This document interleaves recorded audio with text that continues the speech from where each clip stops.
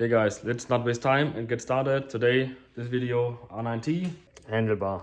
Straightforward. This is a Rizoma MA011B. B stands for black and the 011 is the style. Apparently this is not a drag bar, that's just a lower bar that's gonna replace the bar, the OEM bar here. First of all, this is silver, doesn't fit anymore, never was supposed to fit. And it's higher, the new one is of course gonna be lower. So I'm making this video once to kind of complete out the build.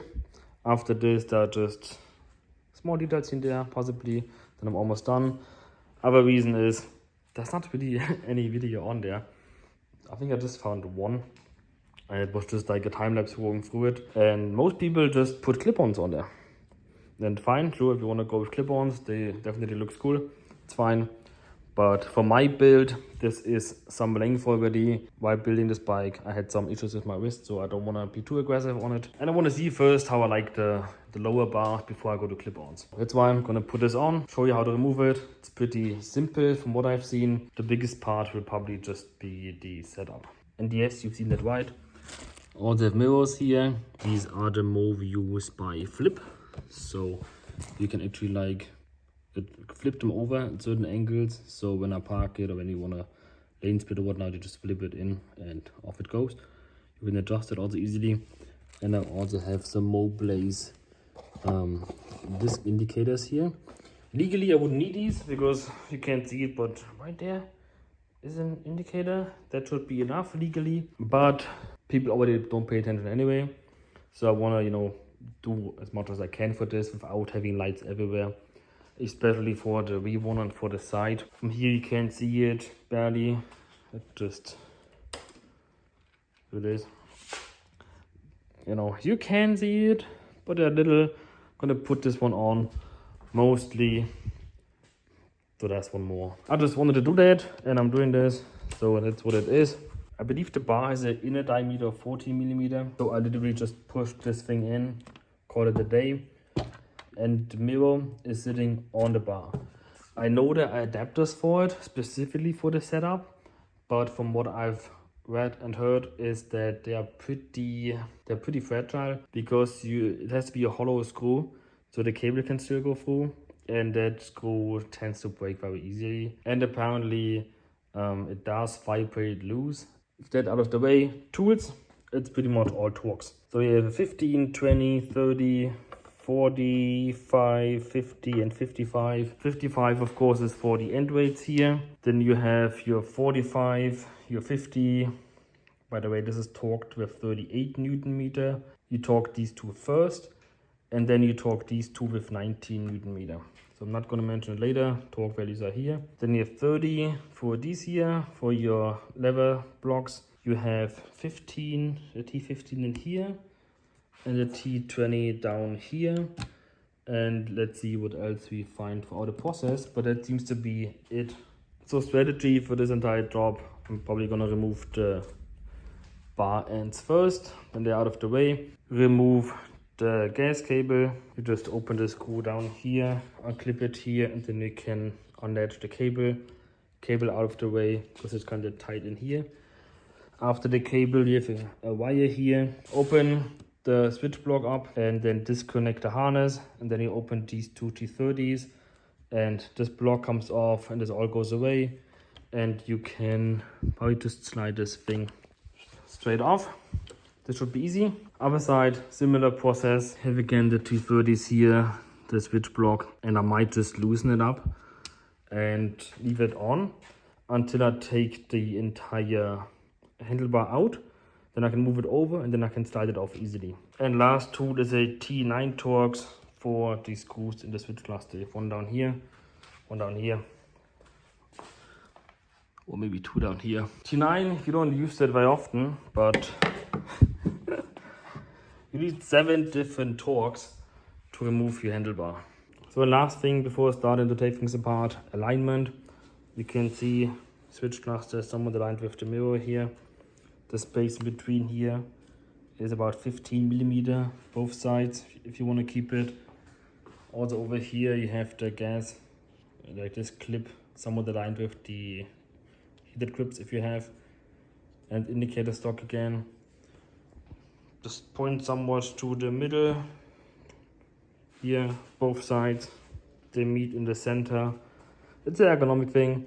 In the end, if you have, you know, depending on how you sit and so on, you may adjust this entire setup anyway, so it's not too high or too low. You have to do this later on afterwards. This one is just the handle. This one twists, same thing either. And these blocks, you just adjust them so it's ergonomically for you, you know. I'm not marking any of these things here because if I ever put this back on, you're gonna set it up live anyway. You know, maybe you change, maybe your position change, whatnot. Having some markers there may help you. Put it around here, mark it, whatnot. For me right now, it's pointless because I'm putting a different bar on there anyway. So I'll start over from 0 anyway. And now let's go.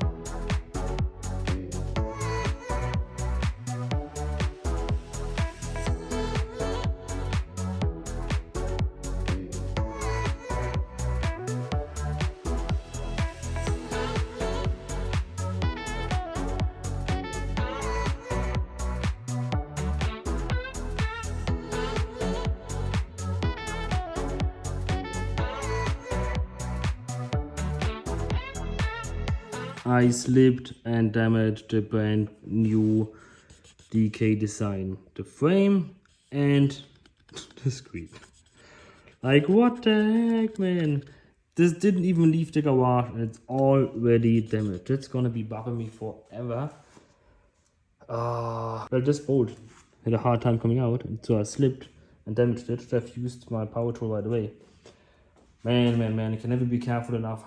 So the entire thing is being built and made nice, and the thing you look at, not all the time, but a lot of the time, for all kinds of information, has now 2 marks on there.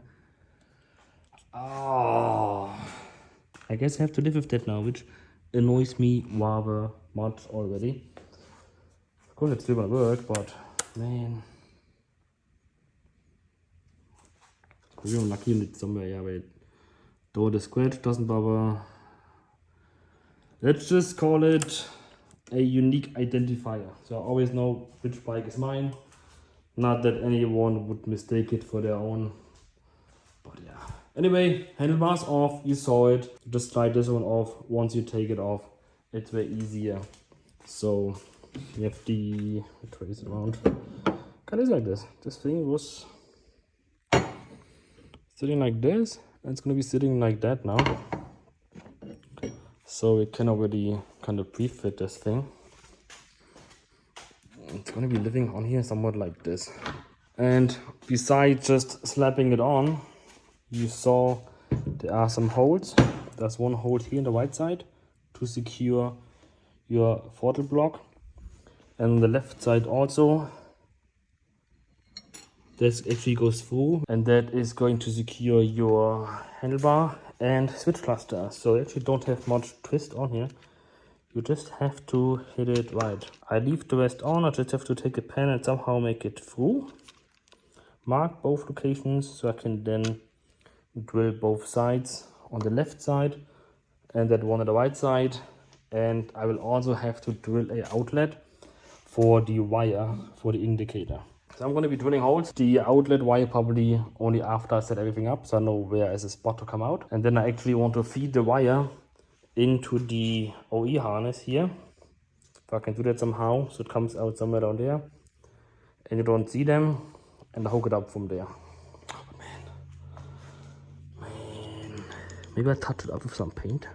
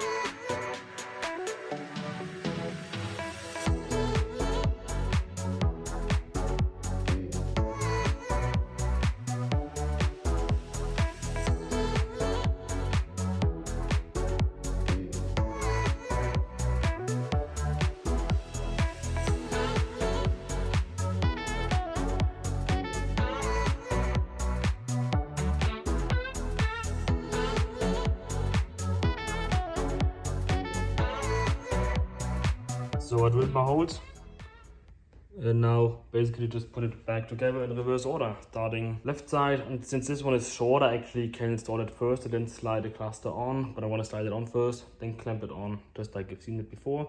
If you wonder which drill bit size I used a 1/8 to just drill through, and then a 9/64. I know that's American units, it is what it is. And 9/64 is enough to let the screw go through. And then I just topped it off with a step bit to give it a face, that's all. And yeah, you really need something to hold on to it. So this vise came in handy, and also this bench grinder came in very handy. I've been cleaning lots of like the threads, of course, even the heads, even the ones from the caps here. I just cleaned them a little bit. It looks a lot better because it has a lot of miles and it's been living outdoors and it had a life. Pretty much all the screws have some kind of grime on there, so I just cleaned them all. And yeah, bench vise and bench grinder have been very useful so far.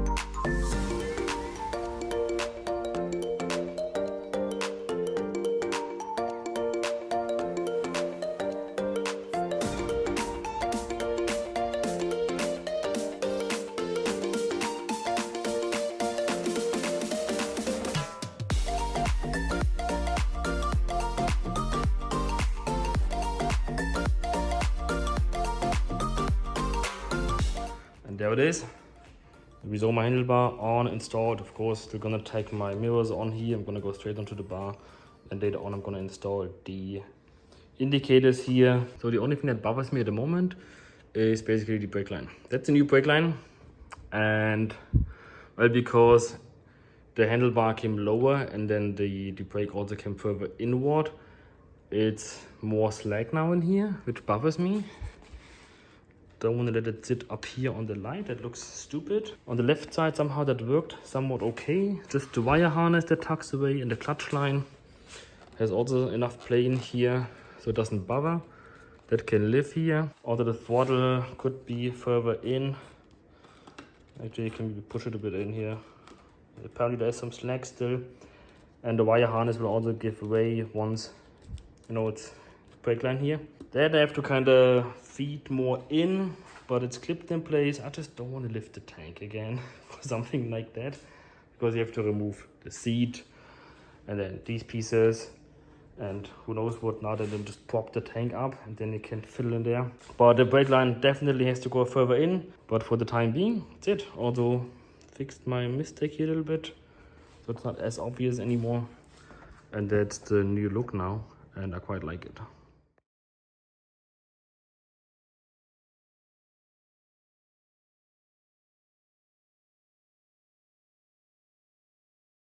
there you have it. That's how you install a new handlebar or replace the old one, whatever you want to do. That's how you take it off and put it on again. It does change the driver position quite a lot.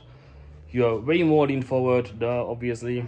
And for me, with my short build, I think I'm 5'9", something like this, it's a stretch, so I'm leaning quite forward. I'm not putting risers on there. I want to see first how I enjoy to ride it like this. Anyway, I decided to show you the complete install of the MoBlaze disc bar and indicators in a separate video, so we have that also covered. Anyway, I hope you enjoy this R9T build series. If so, leave a like, leave a comment. I always appreciate it, and I hope to see you on the next video.